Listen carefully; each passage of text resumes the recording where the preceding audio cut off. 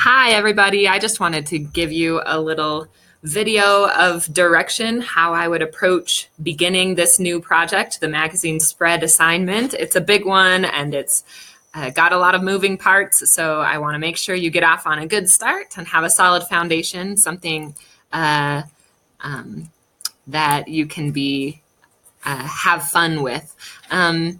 So, as you've probably read, if you've gone through the assignment requirements, the idea is that you've been given a task to do for a magazine, that you need to lay out an article within a magazine, and you've got 3 pages to work with, one that is on its own, and then 2 that are facing pages, so they will be printed side by side and can be a continuation.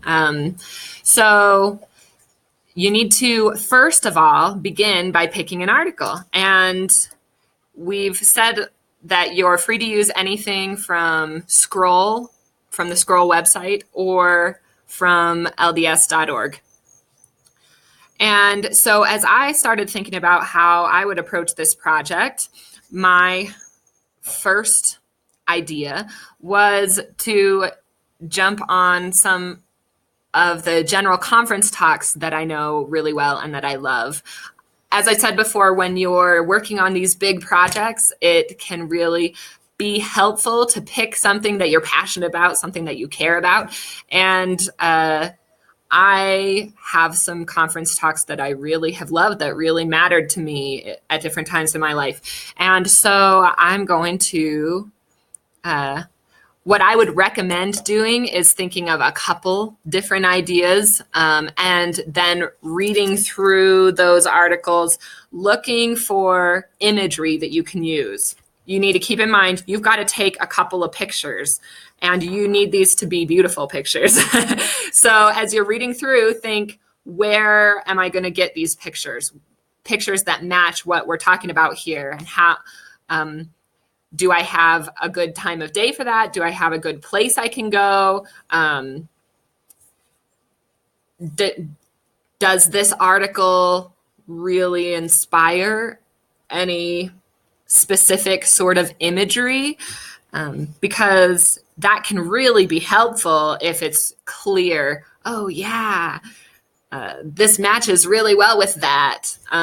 So keep that in mind as you're trying to pick an article. Does this have imagery that would be easy to make, easy to collect on my own? So that's what I would do first.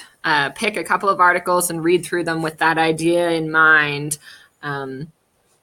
And so once you have an article, in my case, I've picked this one. It's a conference talk that I first heard when I was in the MTC, and it happens to be about Elder Anderson first feeling those feelings of inadequacy when he was preparing to serve a mission. So it really hit me when I heard this originally.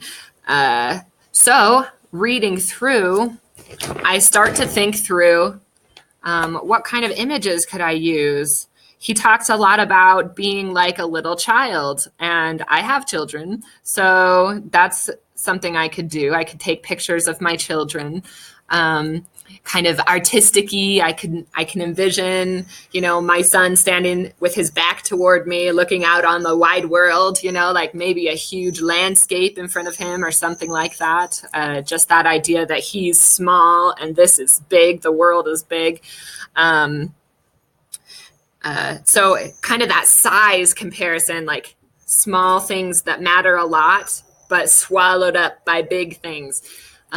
Anyway, so I would start thinking about those sorts of things and maybe making notes, making lists of visual things I can do that would match the feeling of this particular article. Okay.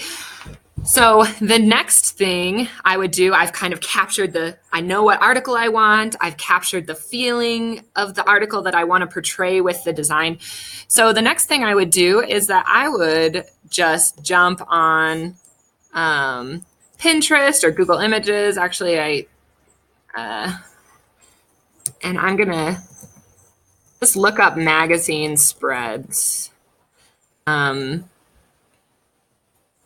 I hope nothing pops up here that shouldn't be on here. I turned on, on Google Images, you can say that you don't want explicit material to show up.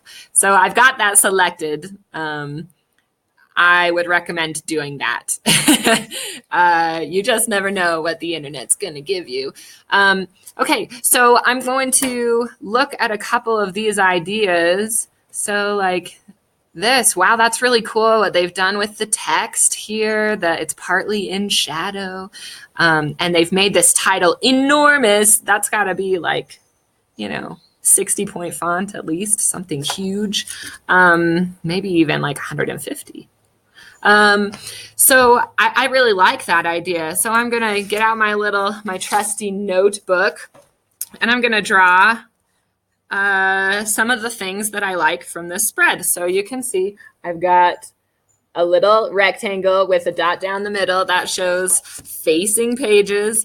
And I've got like, you know enough. Just maybe really, really huge. And then maybe I can have the start of the article underneath. Say like, that's an idea.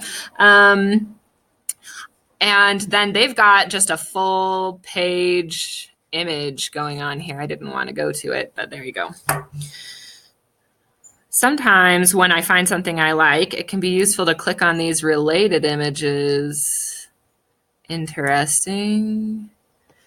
Okay. This guy here, that's really interesting how they've made all their alignments a little skewed. I'm not sure if that really matches my article. It's cool, but I don't know if that really matches what I'm thinking. Wow, I really like how they've used these kinds of lines on this page. It's very motivational, and that's kind of what I'm going for. So maybe I'll sketch that out. Anyway, so you go through and you just look for things you like and things that you might be able to use down the road. And you'll just be able to find all kinds of options. This guy, they've got a whole bunch of pictures kind of layered on top of a bigger picture.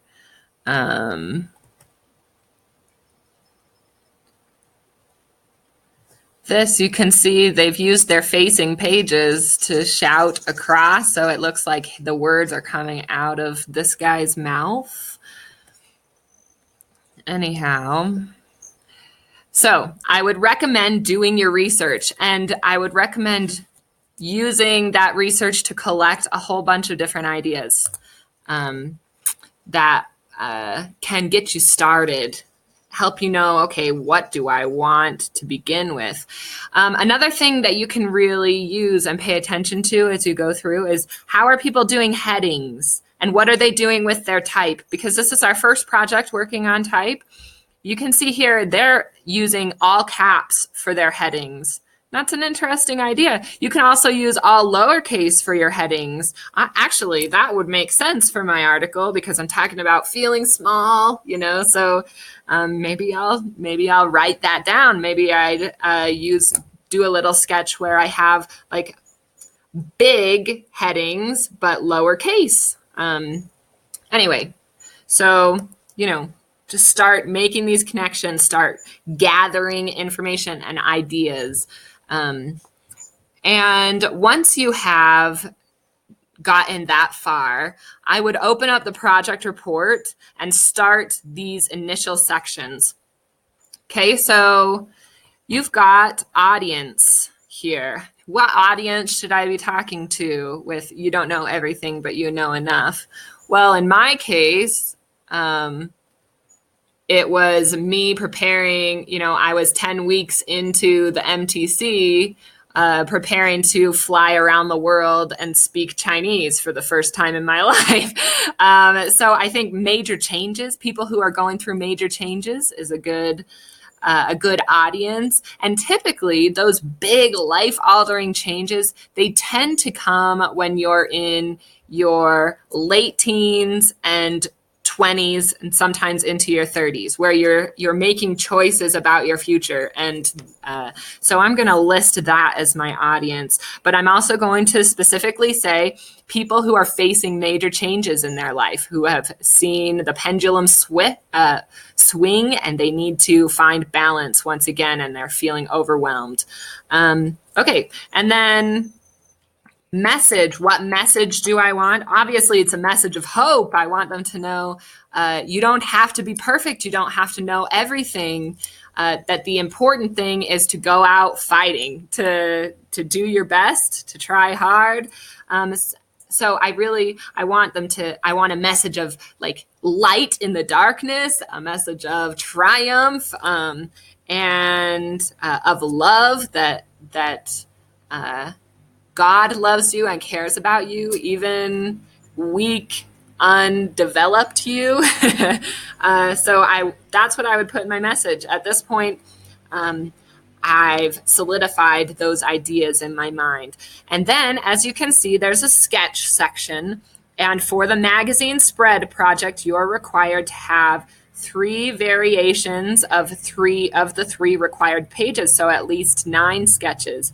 So you're going to want to think through, do you want your title to be on the lone page and then have the spread be the bulk of the article? Or are you going to have your title and the first page of your spread and then the lone page be the last page of your article?